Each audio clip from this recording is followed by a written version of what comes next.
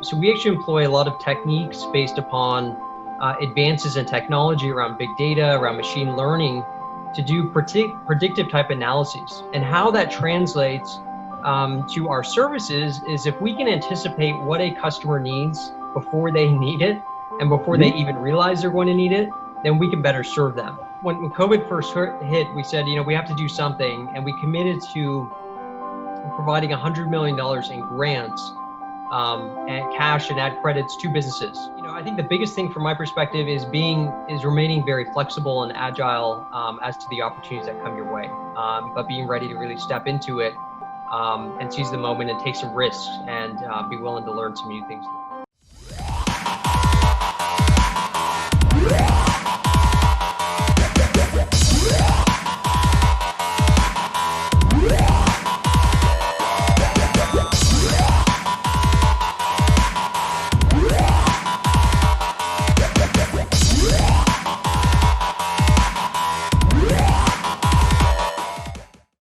The cloud is great. It solves a lot of real-world problems, but it's not just one cloud anymore. Public clouds, private clouds, edge clouds. The average business uses 5 different cloud providers. It's become chaotic and complex, with unpredictable costs, inconsistent security, multiple management tools, and different formats for workloads that span cloud platforms and providers. But it doesn't have to be that way. The Dell Technologies Cloud, powered by VMware, can be the one constant across your clouds. It brings consistent infrastructure and operations to your multi-cloud environment, so you can choose the right cloud for each application. A public cloud that lets you easily tap into services, a private cloud that's fully under your control, or the edge with cloud as a service. With a true hybrid cloud experience, your business becomes more agile with simple workload migration and easy onboarding for new assets. Your teams get to market faster. With simplified operations and automated processes, you reduce risk and strengthen your security profile. And with Dell Technologies Cloud, you have flexible consumption options, reducing your total cost of ownership. Like it or not, the business world often requires many clouds. Now, that's easier than ever, with consistent infrastructure, operations, and services across all your clouds. You get the cloud without the chaos. The Dell Technologies Cloud. Now let's get on with the next part of the program, which is a fantastic keynote from Rich Rao with Paul Singh Grewal. Introducing them will be Sharik, and I would like to say a few. Sharik, welcome to the stage. I would like to say a few words about Sharik. Sharik Zafar is a public policy manager at Facebook, where he drives policy development and stakeholder engagement on issues at the intersection of technology, civil and human rights, and national security. His work includes driving thought leadership on online content moderation, managing relationships with a range of civil society organizations, and overseeing programs on countering hate speech and promoting pluralism.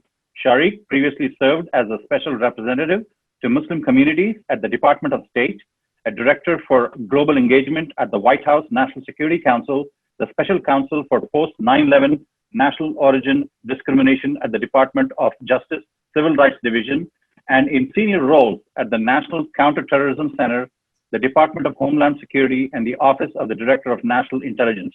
He is a graduate of the honors program at the University of Texas at Austin and the University of Texas School of Law, and received the 2011 Outstanding Young Texas X Award, which recognizes alumni under the age of 40 who have made significant achievements in their careers and service to the university.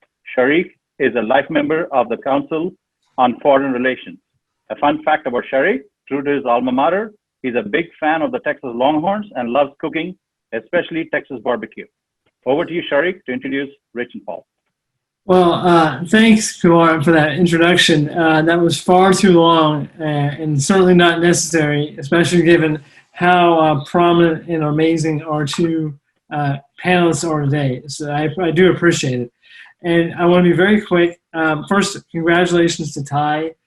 8,000 people, that's amazing. That's ridiculous that you can have 8,000 plus people on a virtual conference. That I think a lot of credit goes to the organizers and to Ty itself. So congratulations. I really want to thank Vish Misra for his partnership and his friendship and his collaboration. This terrific session that we're about to have would not have been possible without Vish. So Vish, if you're listening there, I hope you're doing well. And thanks again. Now, I want to very quickly introduce our two panelists. They have an amazing, they both have amazing backgrounds. I encourage you to read them, but I want to make sure that we can get to the discussion. So first, let me introduce our moderator, Paul Grewal, who recently joined Coinbase as its chief legal officer. Paul was previously at Facebook, where he served as our vice president and deputy general counsel, and prior to that, he was a U.S. magistrate judge for the Northern District of California. On a personal note, Paul was an amazing mentor to me and so many other professionals at Facebook. It really is, it's Facebook's loss, but Coinbase's gain. And, I'm really grateful for everything Paul has done for me during his time at Facebook. Our keynote speaker is Rich Rao, who, like me, is a fellow Texas Longhorn. But more importantly, he is our vice president for small business, which, and he'll talk about this in a bit, is a chief priority for our leadership, for Mark, for Cheryl, indeed for our entire company. And he plays an incredibly important role. Prior to Facebook, Rich helped to drive business and drive innovation and growth at stints at Google, Dell, and Trilogy. And like all three of us, we're all passionate college football fans. And I'm sure we can spend this entire time just talking about that. But I think what's more important is the conversation they're about to have. So without any delay, please join me in welcoming Paul and Rich to the stage. Paul?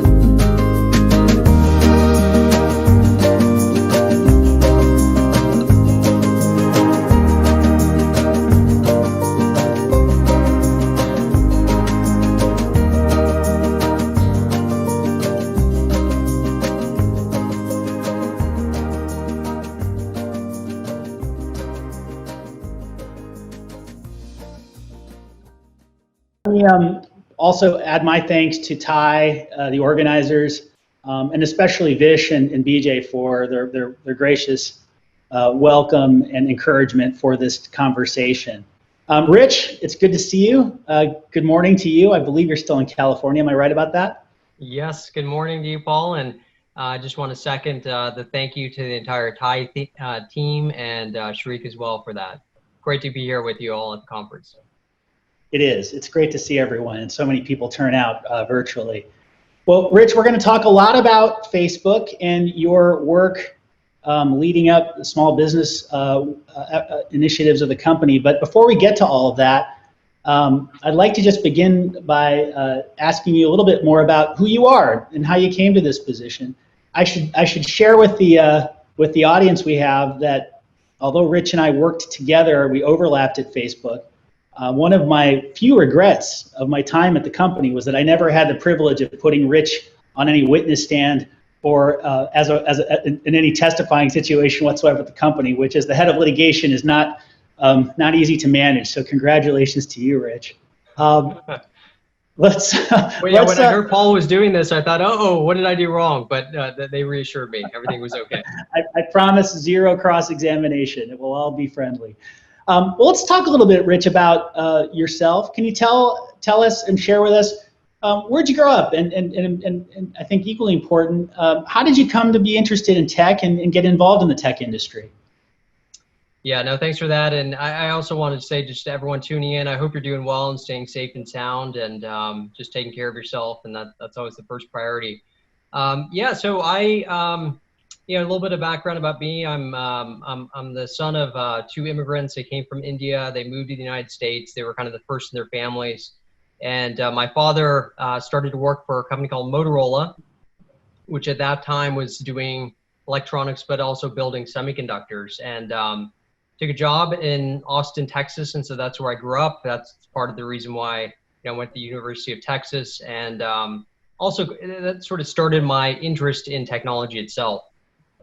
And I studied that as an undergrad in college, and then launched my career basically during the dot-com period, which was really interesting, kind of the 1997, 98, 99 period. And I joined a company. I know many people here are doing entrepreneurial things. You're building, or you're part of a smaller company. That's where I started my career as well.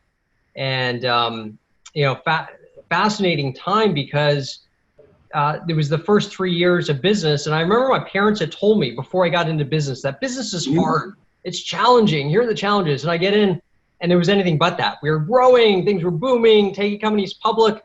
And then I was like, I don't know what my parents are talking about. And then, of course, reality set in, the bubble burst, and things changed. And it was a lesson in humility. And I had it early on, and it's very incredibly important for me. But I'm grateful for that. I had an accelerated period of experiences and lessons, and many of that stayed with me. And then after that, I spent time at Dell and at Google, as mentioned. And that's where I found my passion for small business. And I kind of fell in love with the idea of trying to help small businesses. And that helped bring me to Facebook, where I saw just a huge opportunity to do that. So I've been at Facebook now for 3 years, and I have what at least I consider to be one of the best jobs of the company, which is every day my team and I get to help small businesses use our platform. That's fantastic. Well, as I said, I want to talk a lot more about that work.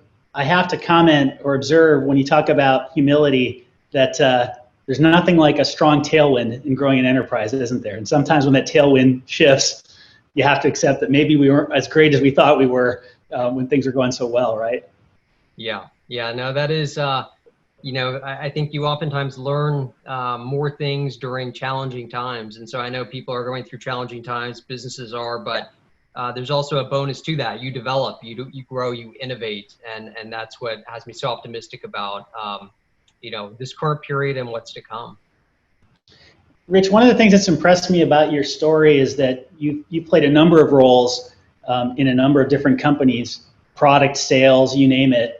Can you talk a bit about the transition from one role to the other or to the next? And I'm more than a disinterested observer. As Sharik mentioned, I just made a transition myself from Facebook over to Coinbase. And so I'm thinking a lot about how to adopt the right mindset. Could you share any advice or words of wisdom from your own transition experiences? Yeah, no, really interesting. I mean, if you would have said, Paul, 20 years looking back, would you see yourself here? I would have said, no way, that's crazy. Not in this location, not in this job, not in this function. Facebook wasn't even around, right? The internet was just getting created. So it just goes to show you that oftentimes your plans kind of go aside, and the value of planning oftentimes it can be, the purpose, the practice of planning versus the plan itself. And I think I'm an example of that. Yeah, when I kind of mentioned it, but I studied electrical engineering. Mm-hmm. I was technical in nature. And my style, I'm much more of an introvert by nature. I'm not an extrovert. And so what am I doing as a sales leader then now? I think part of what I learned and saw was that, you oftentimes, you start with one problem space, and you start to develop interests that you didn't know that you had. And you start to develop skills that you also didn't know that you have as well. So I've tried to see my career very much as just a continuous learning process. Even now, the next 10 years, for as long as I can go in my career, and I'm learning about business, and I'm learning about customers, and I'm learning about products, but I'm learning also about myself. And what I realize is that as much as I loved engineering, I also liked working with customers. And that took me further into marketing and into sales, and to this point and that I'm at now. And I think the biggest thing from my perspective is remaining very flexible and agile as to the opportunities that come your way, but being ready to really step into it and seize the moment and take some risks and be willing to learn some new things in the process.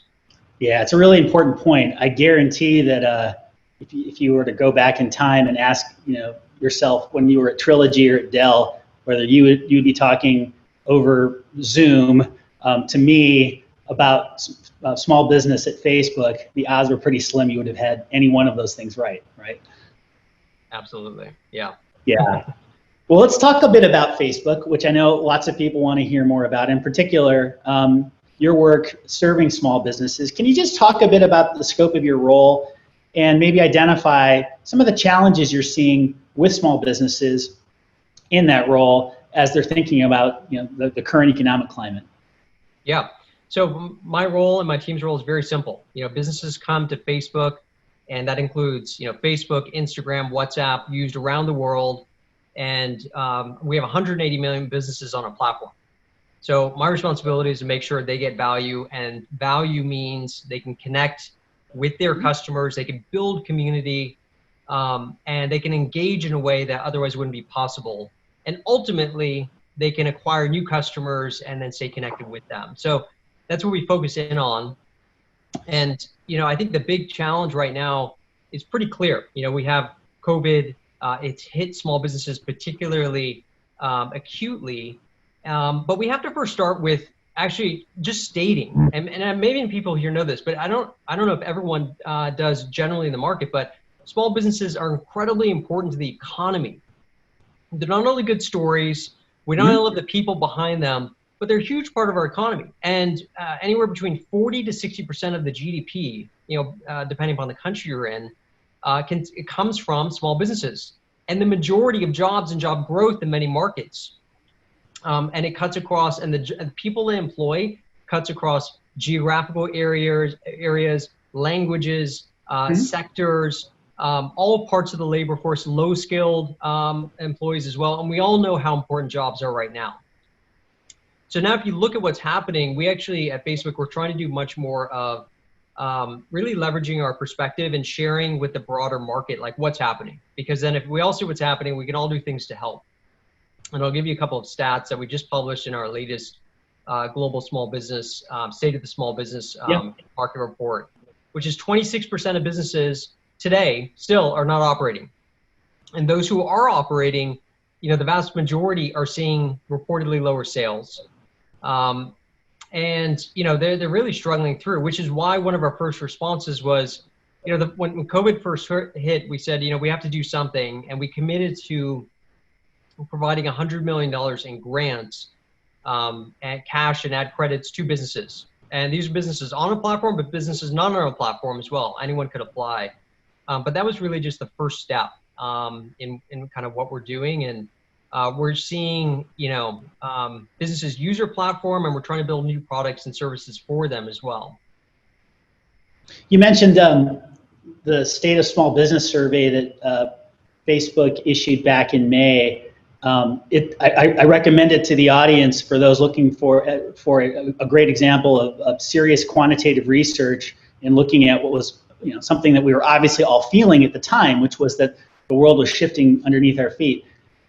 Rich, one of the things I've been impressed by, or I was impressed by, certainly in my time at Facebook, when you would present to leadership, you were always trying to draw into focus that quantitative picture, and then overlaying on that some of the human stories that you're seeing in the small businesses you're working with. Can you just share with the audience a bit about how you think about how to use quantitative research to inform your decision making and set direction for the company?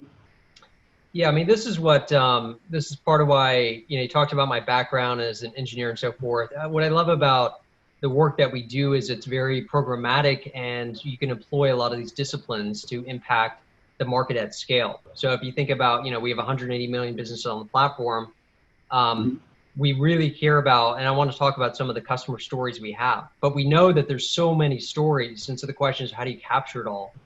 Right. And we do a fair amount of work in the area of data science. And this is a whole field that, if you're in, you know about it, but if not, you can think of it as, just as we've had sciences develop around, classical topics, whether it's chemistry or physics or computer science more recently, in the long history that we have, data science is akin to that.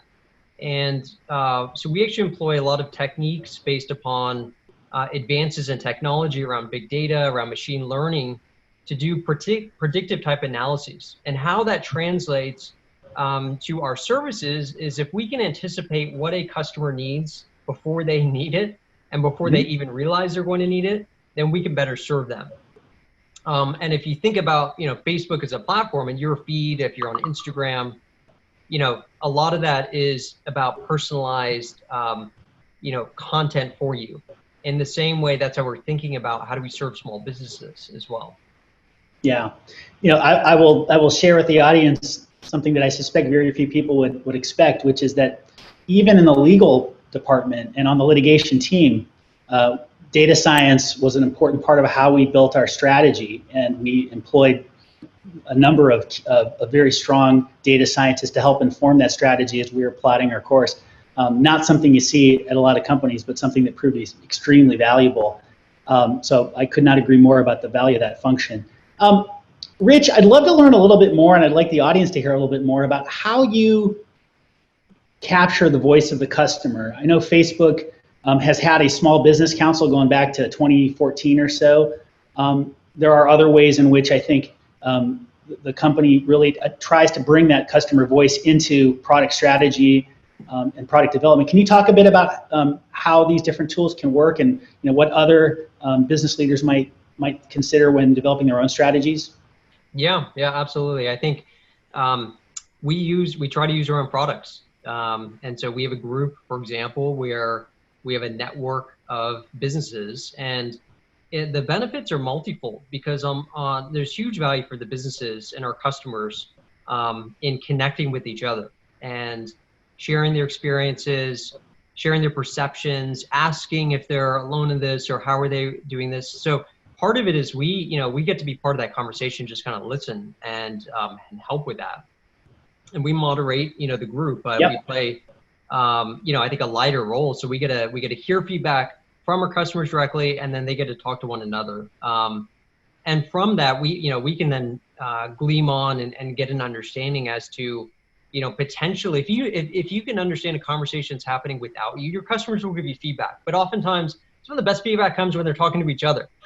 Right. So if you can get into that in a way that is not intimidating and it's going to allow people to be comfortable sharing, then we get a lot of rich data from that.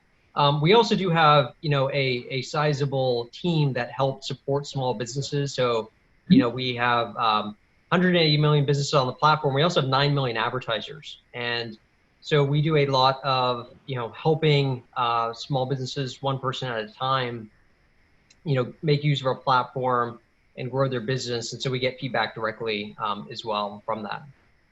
Yeah, super important. And frankly, it's feedback that's constantly changing and being updated. So it's, I think, a really valuable function. Rich, could you talk a bit about how small businesses evolve their presence on the Facebook platform, and sort of if there is a typical journey for a small or medium-sized business in engaging with Facebook, what does that look like? Yeah, it's an interesting question, Paul, because I can tell you about the past, but it may be interesting to just talk about the now, because it's sort of rapidly changing. And for context for folks, there's just the biggest trend that we're seeing right now is this shift to online. And businesses are coming online. And it's not, I guess, in some ways, sort of something we shouldn't expect to happen. Like, it makes sense, if you can't open your physical doors or you can't do business in person, do it online. But the interesting thing about it is that it's happening at just a sheer pace that we haven't seen before. Some data shows, this comes from the U.S. Census, but in the U.S. at least, we are seeing the shift to online that we've seen in the last quarter is equivalent to the total of what we saw over the last 3 years. Wow. And that's happening in the market. So when we talk about transformation, there's, and if you extract that out and say this continues for the next year, we're going to see about a decade's worth of digital transformation and a shift towards online, over the year, again, if this continues. So with that happening, then, we are seeing a dramatic shift in our customer base. And in the past, we saw people who were digital natives, born doing digital, or businesses who had discovered the benefit of, doing marketing and running personalized ads or just promoting their brand on Facebook and Instagram and WhatsApp. Now what we're seeing is the modernization, what I'm calling like the modernization of Main Street, which is across our towns, across our villages, across our cities. We're finding businesses who have never been online, who are now coming online. And the use cases are pretty interesting. And some of the journeys are, very what we've seen in the past, which is you create a Facebook page, you then, update your business information, you acquire a following and start to market to them. In other cases, we're seeing businesses, really, and in particular in Asia and in Latin America, adopt messaging first type operations. Interesting. Yeah, and so we're really trying to figure out how to respond to that demand, because that's happening, very quickly, and it's accelerating during this period. So it sounds like it's fair to say that the strategy that maybe you had in mind 6 or 7 months ago is all up for grabs, and you have to rethink each of those key elements in light of sort of how the use cases have shifted just in the last few months.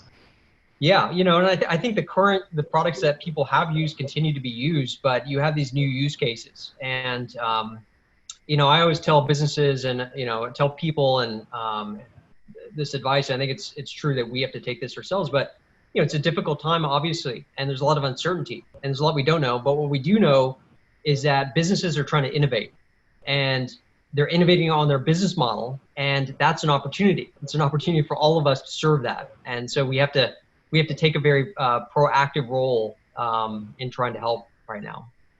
And does that shift or acceleration, as you put it, in adopting more advanced tools on Facebook change how the company is thinking about where to make investments in developing new tools, new products, new services for SMBs? Yeah, small business has been always been important to the company, and we've taken a lot of pride in that. I think what's happening now is it's becoming more, I think, obvious to people as to like what we're doing, to help small businesses. And I think it really caught people's attention when we did the $100 million grant program. But at this, but I will say, like, these are the types of things that we always prided ourselves on in the past. And we've talked about, we are in the business of helping small businesses, and we are, we've developed strong offerings, but we also are, to the point of these new use cases, trying to really direct our efforts on specific solutions that we think are going to help both now and in the future. And one example of that is shops. Mm-hmm. And what we saw is there's small businesses were coming onto our platform. They're generating demand. They're able to transact maybe over the phone or through messaging, or maybe on a website. But now there's a real desire, and we're seeing this happen already, where people want to buy right on our platforms, or they want to buy in a messaging thread. And so we're trying to figure out the best way to serve that up, and that's going to help businesses, and it's going to help consumers who want to be connected with products and services that are relevant for them. I've been amazed at the number of people, Rich, who have confessed to me that, especially during the COVID era, Friday nights have now become, a glass of wine and a flip through their Instagram feed. And on occasion, they will stop at a, particular ad that is of interest, make a purchase on the spot. And more often than not, they've been extremely happy with the move. But it's an interesting form of entertainment, if nothing else.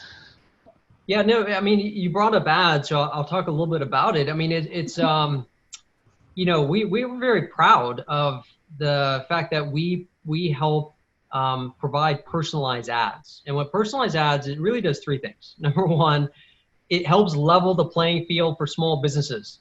Because if you think about it, to go back to the era in which I said I started my career, right? If you are a small business and you want to market yourself, and maybe you're doing that today, you go back 2 decades ago, how would you do that? Would you take a TV ad out? How would you have the budget for that? And how would you be able to record that? Now maybe it's classified in a local newspaper at best. Classified, right? Local ad, broad-based, and so now if you have a phone, first of all, you have creative capability, and then you, with a very limited budget, you can then reach people who are interested, based upon their interests, who may be interested in your product and are based in a geographical area. And then to the point that you're making, consumers are now getting content that's relevant to them. And so we really take pride in that. And we have 9 million businesses who advertise on our platform. So businesses definitely see value in that as well. You mentioned the small business grants and how it was in many ways an extension of support and work in the community Facebook's been doing for some time. I recall very specifically that the company made a very intentional effort to focus on Black-owned businesses and the African American community in particular. Can you just speak a bit about that focus and how it fits into the sort of cultural tumult that we all find ourselves in right now? Yeah, I mean, this is a really important time for us globally, and we, we want to do our part to help small businesses, and we saw a particular opportunity to help Black-owned businesses in the United States. And if you go back to the broader story, in the State of Small Business Report that I mentioned, what we saw is there was a the businesses who were hit even the hardest were minority-owned businesses, women-owned businesses, and micro businesses, very small businesses. And so with Black-owned businesses, we wanted to provide something supplemental. We'd already committed a percentage of the $100 million, that first grant package I mentioned, to go to minority-owned businesses, but we wanted to provide a specific, another $100 million investment in Black-owned businesses and creators and nonprofits to make sure that we support them through this time. Yeah, we can just help them with COVID and just with everything that they're experiencing right now. Yeah, so important. Rich, we've got a lot of entrepreneurs watching and listening to us right now. As you think back to your journey in technology and look back over many different roles, as I mentioned earlier, in many different types of organizations, what's one piece of advice you might share with a young entrepreneur, somebody starting a venture for the very first time? Yeah, no, first off, I'm envious. I'm excited for you, and I'm excited about what I'm doing. Clearly, but enjoy this experience, and I have great hopes for you and all that you'll learn and do. In our communities. If I were to look back and say, like, okay, how do I? What's the advice? And even I'll try and make it very relevant right now. I'll go back to something I said before, just expand upon it, which is look at this time as an opportunity. And, uncertainty can often be seen as a negative thing. It's like, we don't know the future. We don't know what's going to happen with the virus. But I remember taking a class in business school around uncertainty can be good. Oftentimes we think about uncertainty is bad. Risk is bad. We should mitigate risk, reduce risk. And there's another school of thought, which is, no, risk is good. Uncertainty is good. Now, why would uncertainty be good? Well, where there's uncertainty, there is potential. There is the opportunity to make a difference, to create something in you. And I think that's how I'd encourage you to see, this era that we're living in right now. And this can happen at any level. We had a business come to us it was a local paint shop in Brazil, right? It's a paint shop. And they came to us and said, hey, we want to be on Facebook. We want to figure out online. Can you help us? And we said, well, why do you want to do that? He said, well, I already knew, I knew I needed to do e-commerce, but now I really have to do it. But what was amazing was the attitude he had. He said, my business is suffering, but when one door shuts, another door opens. And if you think about that, that's both literal, the door was shutting, but also, figuratively as well.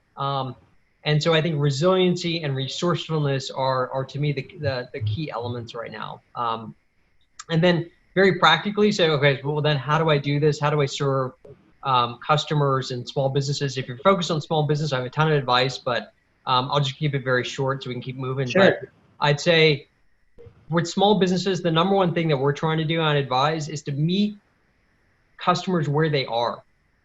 And by that, I mean, you really have to empathize and understand their constraints and issues. And often, for example, when we think about investment, we think about ROI. If you're in a big company, you think about, okay, what's the capital investment? What's the plan? What is the opportunity cost? All of that. If you're a small business, time is the biggest constraint. So you got to think about what's their return on their time, not only in addition to whatever it is they're paying you. And we are going through this right now where we have powerful tools, which is great, but with that comes some downside, which it can be complex to use them. And so a lot of our efforts around simplification. And so that's something I think you can never do too much of. Yeah, really, really important in any time, certainly these times. Well, Rich, I think we have time for just a few more questions. So I'm going to actually close this out with a bit of a lightning round. So bear with me. 3 questions. I want to get your immediate visceral reaction. No deliberation required. No deliberation permitted. Okay? All right, I'll try my best. Okay, well, I did want to give you at least a taste of cross-examination, so here we go. Counselor. All right. Question number 1. Work from home or work in an office? Work in an office. Yeah, I'm kind of with you there. I love being at home, but I miss seeing people every day. Question number 2. Dosa or pronta? Oh, dosa. Ooh. It's lunchtime. All right, we're gonna have to agree to disagree on that one. I can't ever turn down a good pronta. And my final question to you: SEC or Pac-12? Oh, come on, Paul. Okay, that's payback. Yeah. Tariq, you got to jump in here, moderate. No, I gotta give it to the SEC. Their track record speaks for itself. Well, stick with your people. There's never any shame in that, so I won't hold that against you either. But Rich, this has been a blast. I've really enjoyed getting to share your experience with this worldwide audience, and just getting to know you a little bit better. So thank you for that, and best of luck with everything at Facebook and beyond. Well, thank you, Paul, and thank you again to the conference organizers. And although I can't see you out there, I appreciate you tuning in and hope you continue to stay well. So best of luck to you, and hope to see you again soon. Great. Thanks, everyone.